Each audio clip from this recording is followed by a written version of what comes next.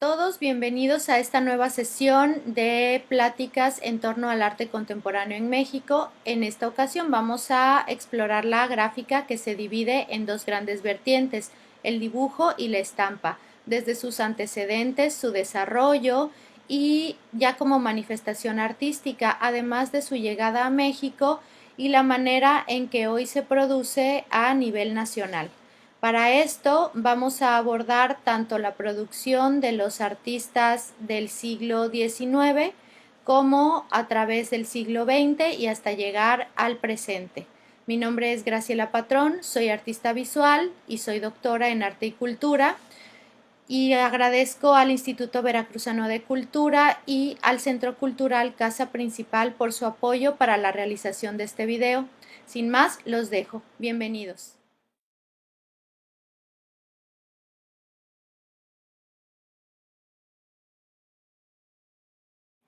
La gráfica es un proceso de creación de imágenes a través de dos métodos centrales, el dibujo y la estampa, cada uno con sus propias técnicas e historia, y aun cuando comparten la relevancia del trazo como medio de elaboración de estas imágenes, existe una diferencia primordial entre ambos, pues mientras el dibujo es una pieza única, la estampa posee una cualidad de reproducción, aunque en este caso cada impresión se considera un original.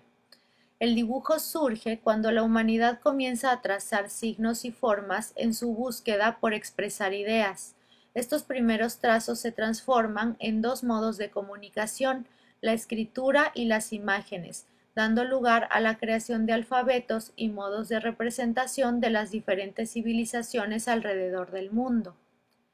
Dentro de las artes plásticas, el dibujo puede desempeñar tres funciones. Primero, como boceto, que servirá como base para la creación de futuras obras, pues es un recurso que permite capturar de manera rápida una escena o una idea, la cual más adelante servirá para el desarrollo de una pieza en otra técnica, ya sea pintura, escultura, cerámica o grabado.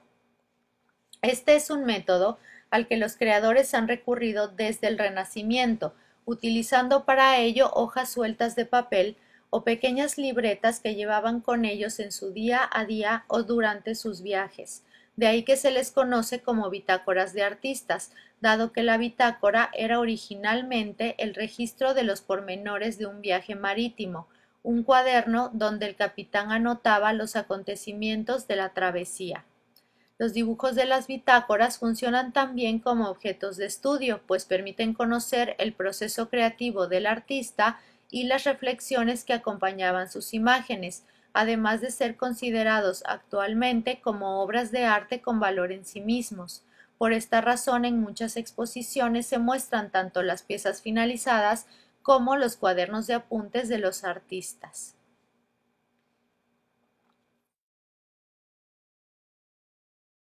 La segunda función del dibujo en el arte es la imagen que se talla sobre una matriz o se traza en una superficie para posteriormente reproducirla a través de los distintos procesos de estampa, ya sea en tablas de madera, láminas de metal, piedras de litografía, placas de acrílico, entre otros. En estos casos el dibujo es sin duda la base de la obra, pues es la guía a partir de la cual se añaden los procesos químicos y métodos de impresión que complementan el trabajo primario al añadir luces y sombras u otros efectos visuales.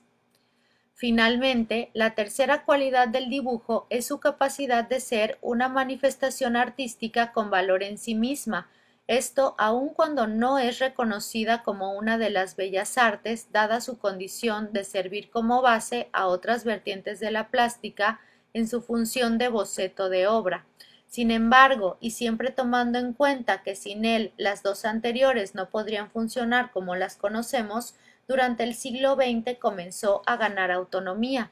Esto conforme los artistas exploraban a profundidad sus posibilidades de expresión y empezaron a realizar obras en técnicas de dibujo a las que añadían elementos con otras técnicas y sobre papel como parte de las piezas que posteriormente se mostraban en exposiciones. De este modo, se fue integrando a la producción artística como una vertiente con su propio valor y aportación a la historia del arte.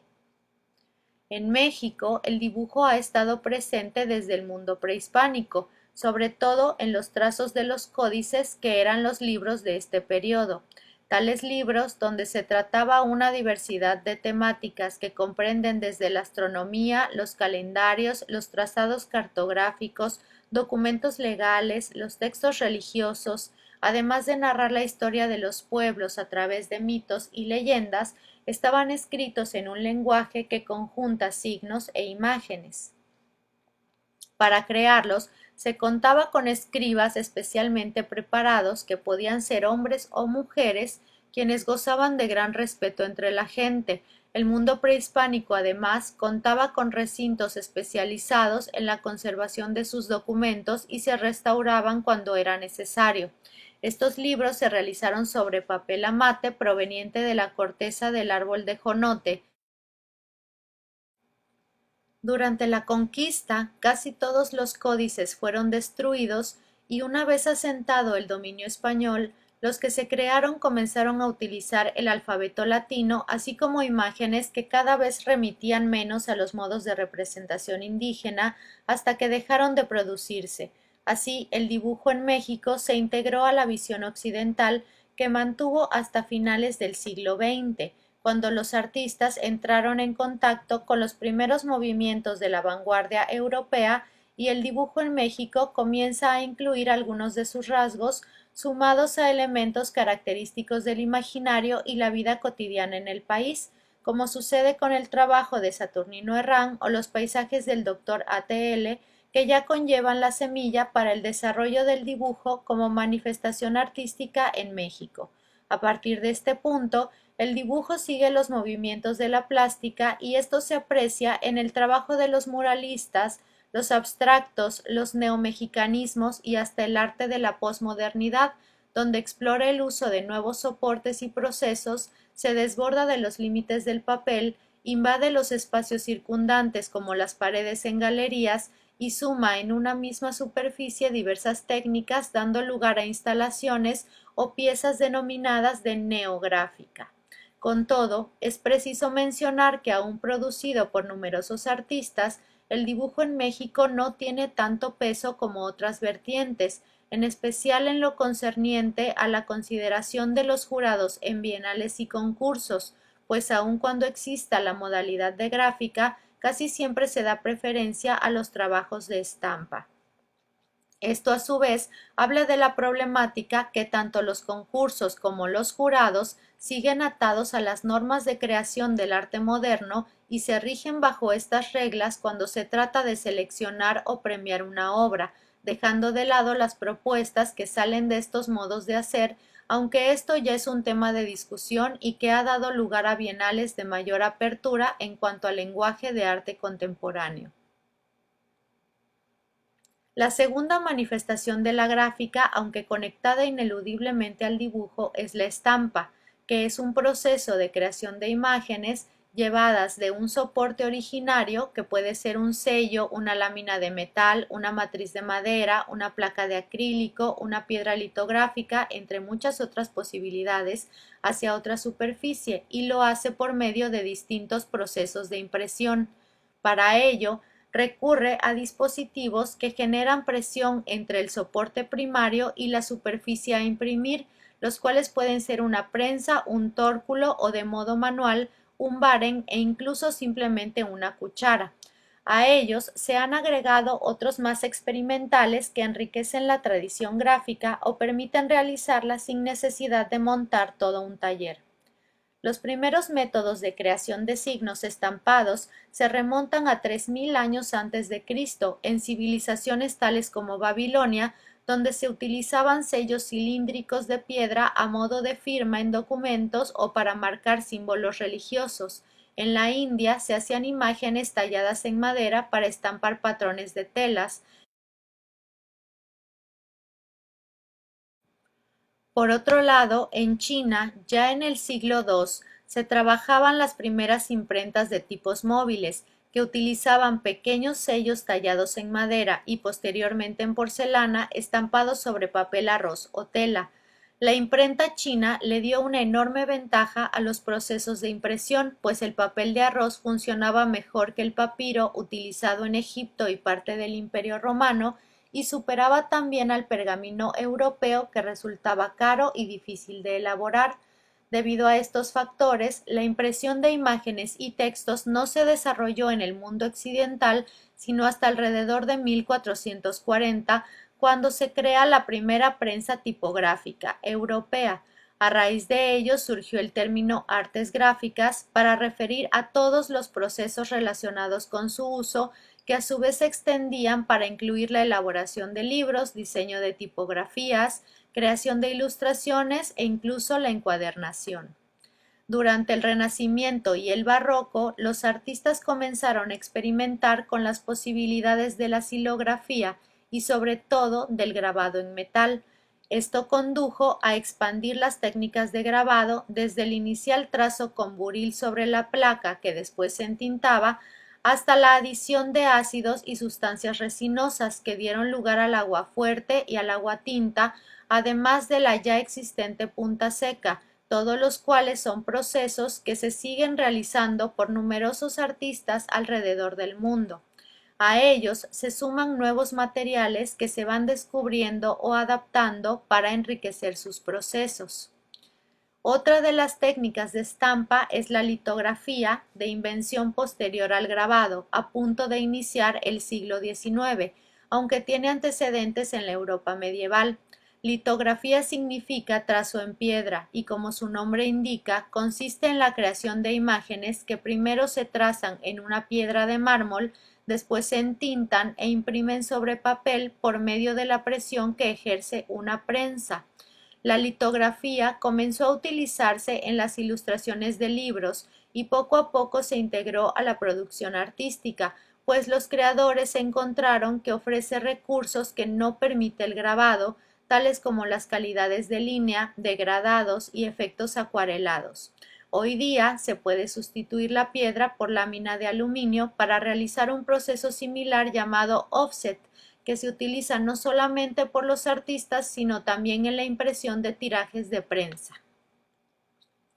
La gráfica se suma a la producción plástica integrando las características de cada corriente. También se han enriquecido sus procesos, materiales y maquinaria, pues la experimentación ha incluido el uso del mimeógrafo, serigrafía, impresión digital, matrices de MDF, grabado en linóleo y placas de acrílico, así como fotograbado, transfer, offset y stencil. Esto y la variedad de soportes donde se imprime ha resultado en obras de neográfica y gráfica expandida. En México, la estampa llegó durante el virreinato a través de las imprentas, que trajeron también los procesos de grabado en metal. A partir de este punto siguió los lineamientos del arte europeo hasta después de la Guerra de Independencia, cuando comenzó a adquirir un lenguaje propio.